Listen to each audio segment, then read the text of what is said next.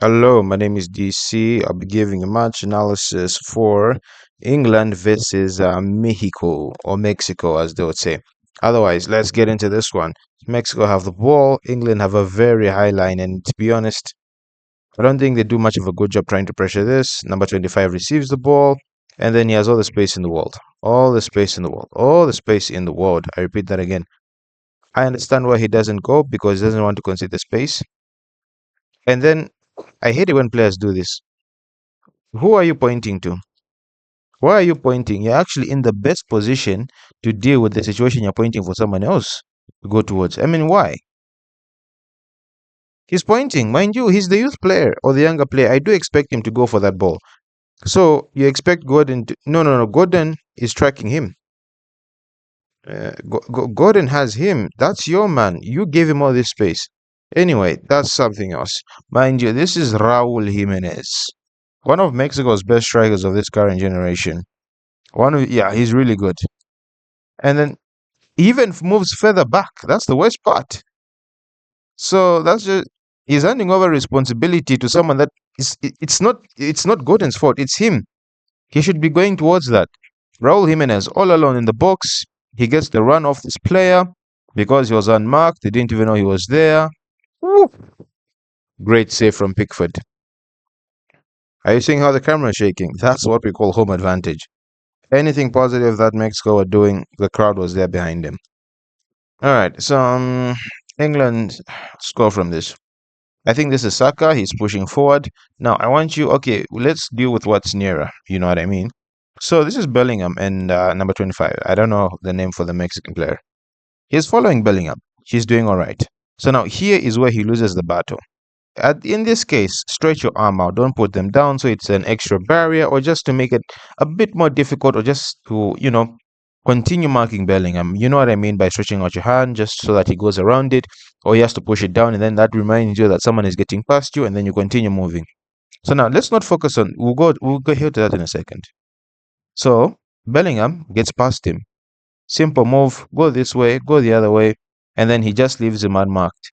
Number two, I can't really blame him because number 25 is on that's in charge of marking Bellingham. He just lets him run away. And as we go forward, number two also lets him leave. But the big problem here is number 25. He just, imagine, he even stops running. Look at the determination from Bellingham to reach to that ball. Diving header in the box unmarked is crazy. All right, now that we've done the Bellingham thing, let's look at Saka. All right, so Saka is 1v1. And then, I do feel a gap there. It's a bit big. It's a bit big. It's a bit big. They can afford, he can afford to just move, just take a few steps. Maybe I would want him here in the best case scenario. Yeah, not really him because I would also be worried about Declan Rice. I don't know. He does funny things sometimes. He's got a really good right foot. So now this gap is too big. Then Saka sidesteps, and then he plays the cross in. By that time, Bellingham, and also the run from Kane here. This is why you need your striker. He creates the space for Bellingham. Bellingham takes his share of the cake. All right, next goal somewhere around here. Oh, sorry. Sorry. The celebrations are similar, so I just keep on skipping. But let's go to England's second goal. So the ball is lost here.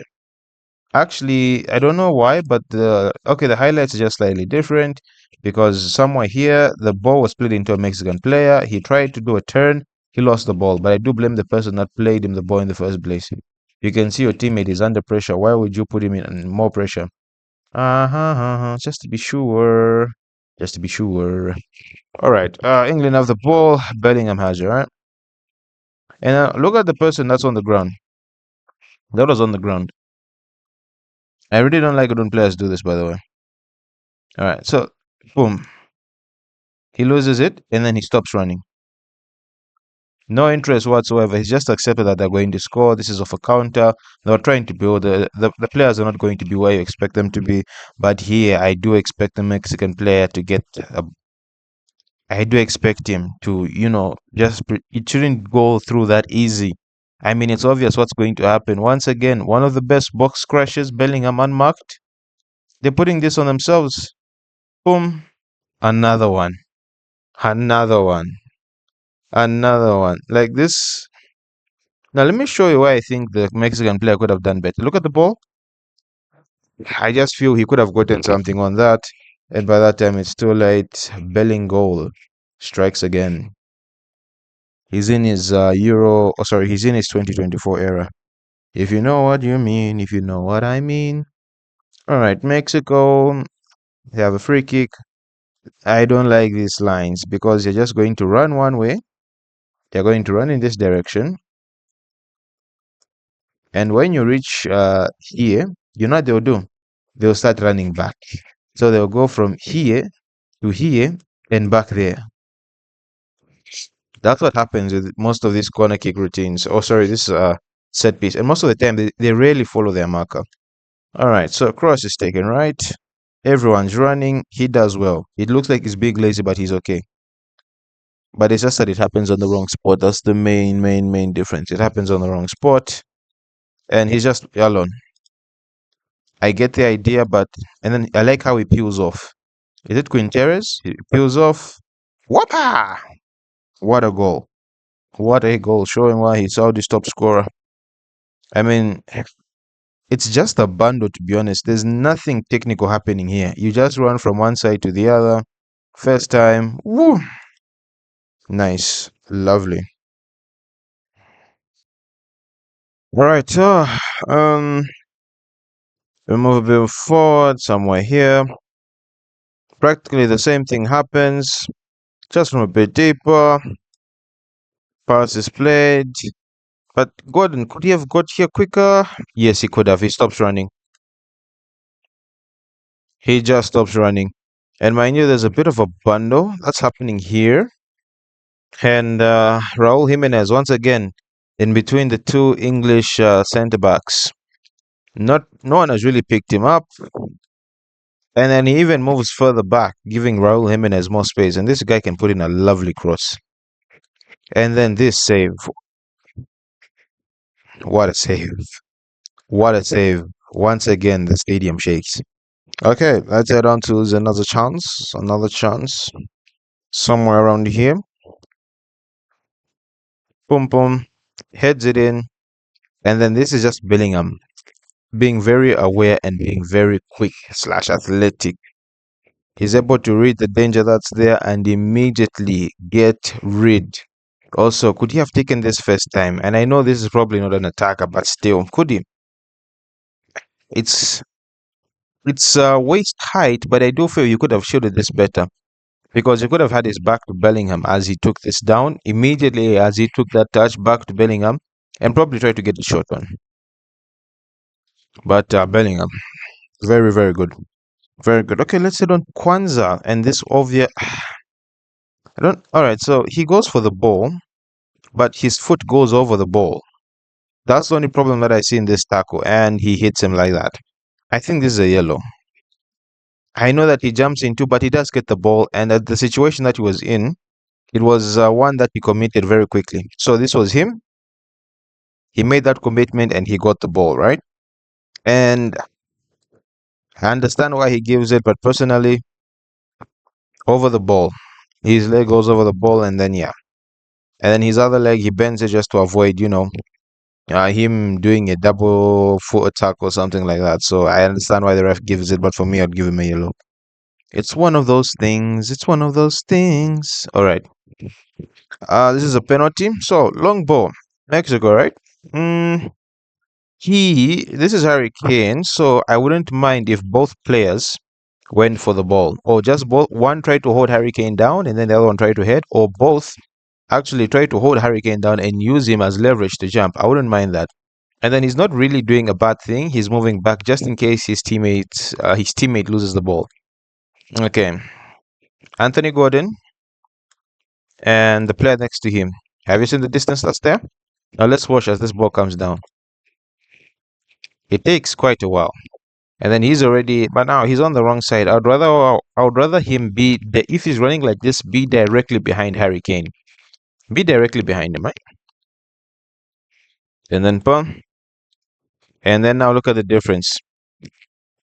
He did the right thing, but he's not set up properly. He's on the wrong side. I'd want him probably here. You would not want to be on one side because you're gonna allow for in case he turns or anything. He's on the wrong way. I'd want him to be here. And then the Mexican player loses the duel. We'll see in a few seconds why later. Anthony Gordon runs towards it. And at this point, he's just too quick. Keeper goes for the ball, goes for the man. Sorry, or goes for the ball, ends up with the man. And then now let's replay it, and then we see how exactly these series of events turned out. We'll see starting from. All right, so Jimenez, he. Sorry, this is Alvarez. He did. Should this be handball? Maybe it should be, but then again, it's too close. If I'm to be, yeah, it's close.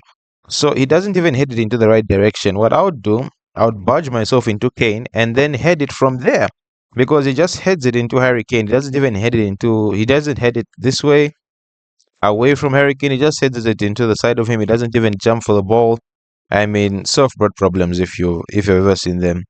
Anthony Gordon, he's quick, very quick.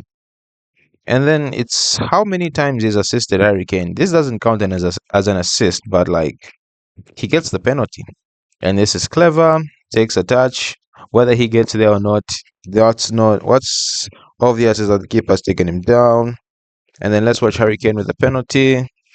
No starter step, wonderful goal. That's a proper penalty. Not you stop, you start, you stop, you start. Proper penalty. Whoppa! Harry Kane. It's Harry Kane changing. All right, let's head on to the last goal of the match. So here, I don't know. I don't know. I'm still not like fully convinced this is a penalty. I don't know. From as I was saying, I don't know. It feels it's soft because he kicks through him, but his leg is already up. He gets to the ball first. He kicks him, but I don't know. I think a 50-50 would be more if the ball was. I think it is if they, let's example, their legs go like this and then the ball is there. But I don't know. Probably is a foul, but this just doesn't feel like it, if you know what I mean. Anyway, yeah, that was given as a penalty. And then Raul Jimenez, he decided to use his specialty, which is the stop start. He runs, he stops, he starts, and then power. And once again, the camera is shaking. What a match.